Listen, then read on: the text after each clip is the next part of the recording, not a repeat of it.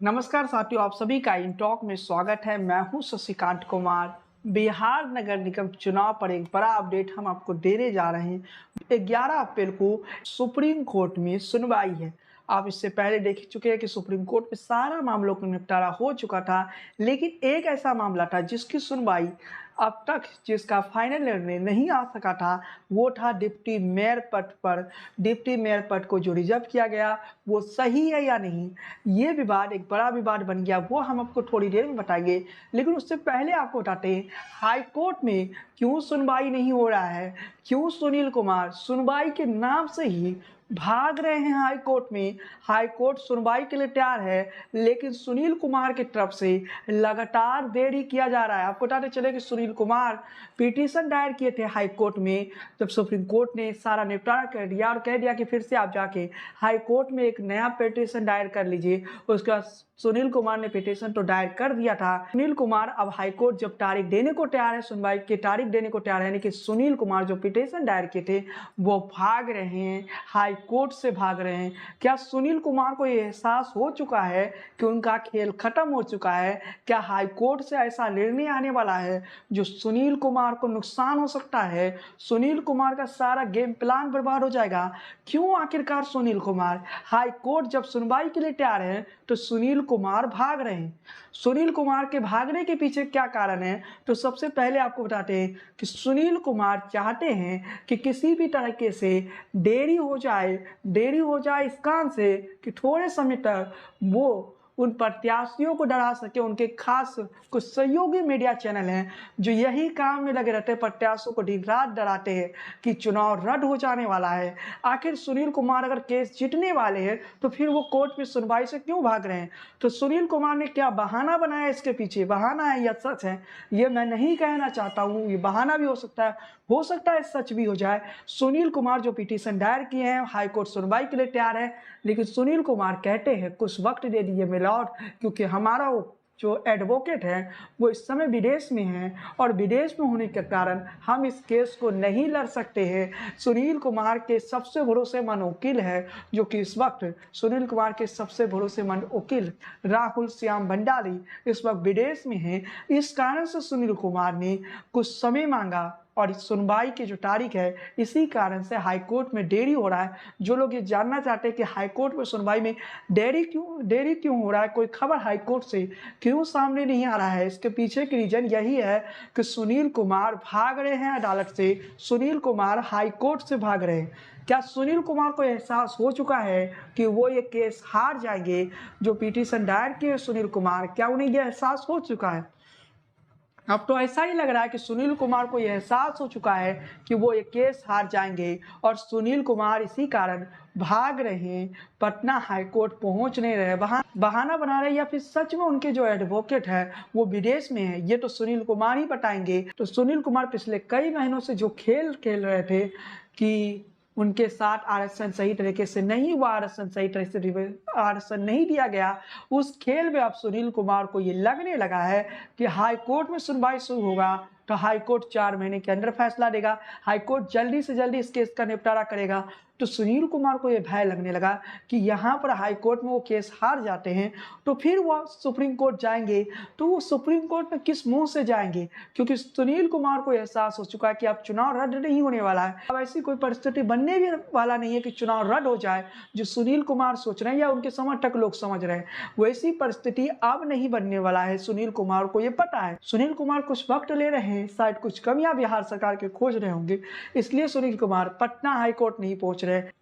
सुनील कुमार के जो एडवोकेट है जो विदेश दौरे पर गए, वो जल्दी भारत आ जाएंगे, ऐसी संभावना है। भारत आ गए हैं या फिर नहीं आए हैं इसकी जानकारी हमारे पास नहीं है, लेकिन ऐसी संभावना है कि अप्रैल के फर्स्ट वीक में या सेकेंड वीक तक वो आ जाएंगे भारत। लेकिन इस वक्त सुनील कुमार को झटका लगने का क्या है, एहसास हो चुका है। आखिर क्यों सुनील कुमार सुनवाई से गायब हो रहे? जो सुनील कुमार चीखते रहते हैं कि चुनाव रद्द करवा देंगे, चुनाव रद्द करवा देंगे, अब जब पटना हाई कोर्ट सुनवाई के लिए तैयार है, पटना हाई कोर्ट जल्द से जल्द फैसला देने को तैयार है, फिर वही सुनील कुमार क्यों भाग रहे हैं? क्या सुनील कुमार को अंदर पता चल गया है? उनके जो करीबी एडवोकेट हैं वो बता चुके हैं कि ये केस हम हारने वाले हैं, इसलिए सुनील कुमार मिलॉट को देखकर भाग रहे हैं जो पिटीशन दायर किए थे। खैर कारण क्या है ये सुनील कुमार ही बताएंगे। हम बस इतना जानकारी देना चाहते हैं कि सुनील कुमार के कारण से पटना हाईकोर्ट में सुनवाई में देरी हो रहा है। लेकिन चलिए साथियों आगे बढ़ते हैं। 11 अप्रैल को एक बड़ी सुनवाई है। ये सुनवाई है डिप्टी मेयर के पद पर।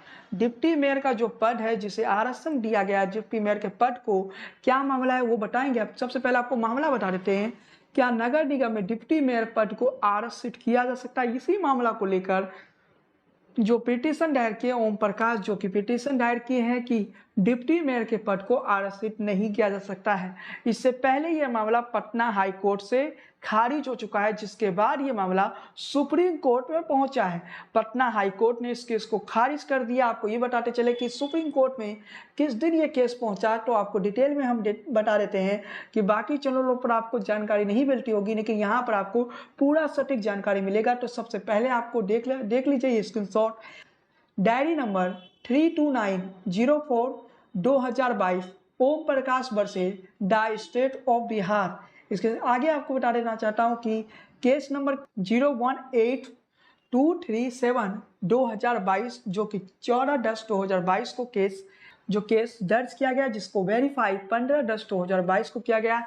ये मामला उस समय से चल रहा। अब इस मामला में फैसला आने की उम्मीद की जा रही है। बताते चले कि 11/4/2023 यानी 11 अप्रैल को इस मामले की सुनवाई है। सुनवाई हो सकता है कि उसी दिन इस मामले का फाइनल फैसला आ जाए, फाइनल जजमेंट आ जाए। इसके साथ ही आपको अब हम बताते हैं कि डिप्टी मेयर विवाद है क्या। डिप्टी मेयर पद को आरक्षित नहीं किया जा सकता। आपको बता दें कि पटना हाई कोर्ट में भी इससे पहले याचिका दायर की गई थी डिप्टी मेयर का, उसी समय की गई थी जब चुनाव पटना हाईकोर्ट ने रोक दिया था, ट्रिपल टैक्स की प्रक्रिया करवाने के लिए कहा था। उसी वक्त डिप्टी मेयर के पद पर आरक्षण नहीं देने की बात को लेकर एक याचिका दायर की गई थी, जिसे पटना हाईकोर्ट ने खारिज कर दिया। नहीं हो सकता है मेयर का वार्ड पार्षद का आप चुनाव करवाते हैं, लेकिन डिप्टी मेयर का चुनाव डायरेक्ट नहीं करवा सकते हैं। इसी मुद्दा को उठाया गया था। ये मामला पिछले साल का है कि डिप्टी मेयर का जो काम होता है, जब मेयर नहीं रहते हैं अपने काम के लिए या मेयर छुट्टी पर जाते तब डिप्टी मेयर का कार्य आता है।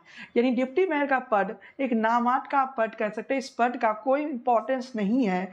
उस पद पर चुनाव करवाना क्या बिहार सरकार ने गलत किया या सही करवाया, ये फैसला अब आने ही वाला है। जो साथ ही आपको बताते चले कि अनुच्छेद 243 के जनादेश के अनुसार विशेष रूप से इसके आगे जो याचिका में कहा गया वो बातें आपको बताते हैं।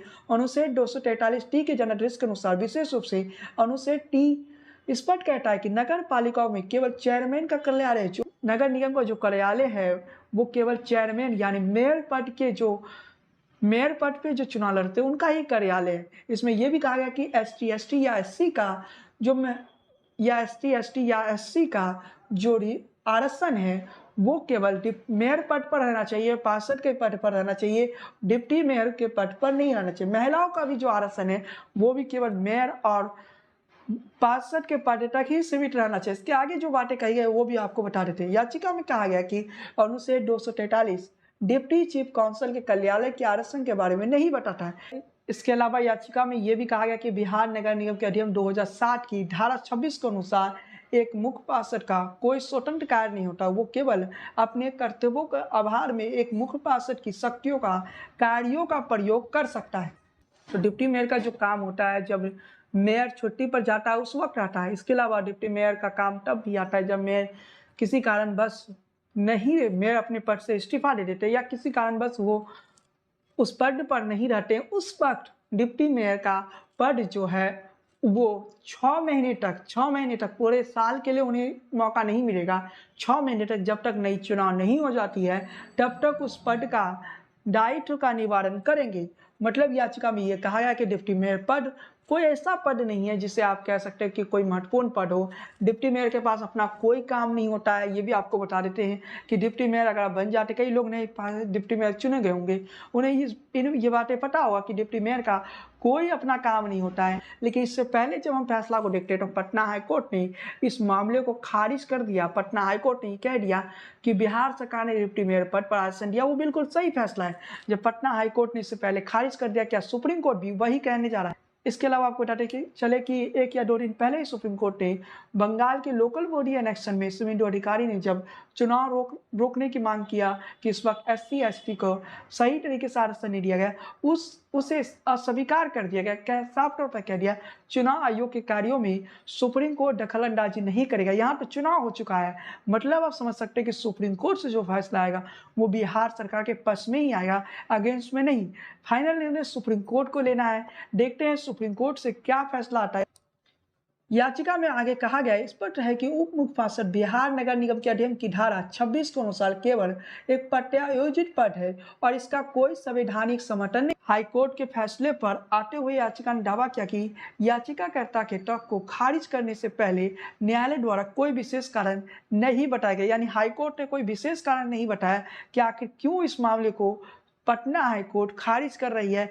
ये बातें भी इस याचिका में लिखा गया है कि इन कारणों के हाई कोर्ट ने हमारी बातों को नहीं सुना, इसलिए हम सुप्रीम कोर्ट पे पहुंच चुके हैं।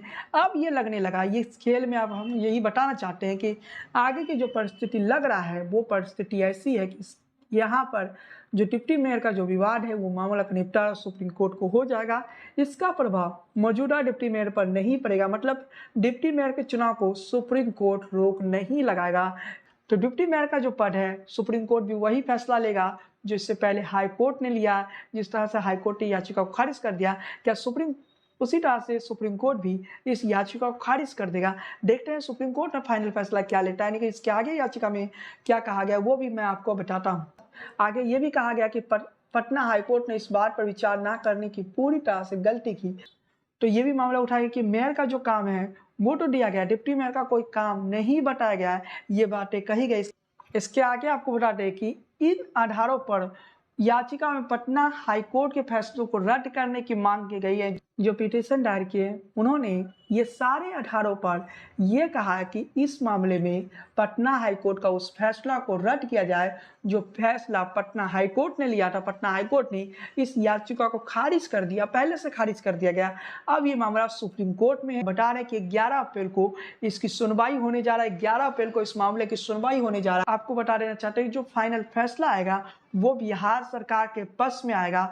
बिहार सरकार के अगेंस्ट में यहाँ फैसला नहीं आने वाला है। जो बातें कही जा रही है कुछ चैनल द्वारा आपको डराने की प्रयास की जाएगी, कुछ चैनल ऐसे हैं जो आपको डराएगी, लेकिन क्लियर कर देना चाहता हूँ कि ये फैसला बिहार सरकार के पक्ष में आएगा। क्योंकि इससे पहले भी एक मामला था जिसमें बिहार सरकार के पक्ष में फैसला आया था। तो इस फैसले में भी आप कह सकते हैं कि बिहार, इससे पहले पटना हाईकोर्ट में बिहार सरकार के पक्ष में फैसला आ चुका है। इस बार भी सुप्रीम कोर्ट से वही होने वाला है। बंगाल का हाल के दिनों का उदाहरण ले तो शुभेंदु अधिकारी बंगाल के एनेक्शन को रोक लगाने के लिए सुप्रीम कोर्ट पहुंचे। पहले कोलकाता हाई कोर्ट ने भगाया, उसके बाद सुप्रीम कोर्ट ने भगा दिया। अब वही परिस्थिति यहाँ पर भी आपको देखने को मिलेगी। डिप्टी मेयर का जो पद आरक्षित करने की बात कही गई है, यहाँ भी आपको देखने को मिलेगी कि डिप्टी मेयर के जो पद पर आरक्षण विवाद चल रहा है इसे सुप्रीम कोर्ट खारिज कर देगा, जैसे पटना हाई कोर्ट ने खारिज किया। और उसके बाद जो लोग चुनाव जीते हैं तो वो लोग तो अपने पद पर बने रहेंगे। अब ये जो मामला है 2027 तक संभावना है जब दोबारा चुनाव होगा, संभावना है कि 2026 में भी नगर निगम इलेक्शन बिहार में हो जाए। लेकिन हमारे पास जो जानकारी थी वो जानकारी हमने आपको दे दिया। तो क्लियर समझ लीजिए, मैसेज क्लियर है, कोई टेंशन लेने की बात आपको नहीं है।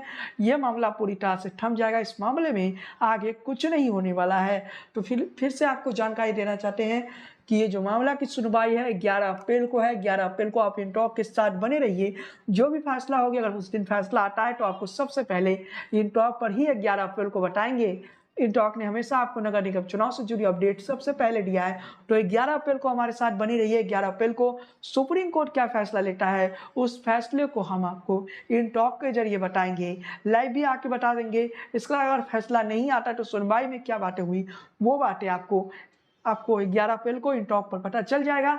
तीसरा पेज का चुनाव मई में होने की संभावना है, मई जून में होने की संभावना है। जो जानकारी हमारे पास आई है कि चुनाव की सारी तैयारियां पूर्ण कर ली गई है।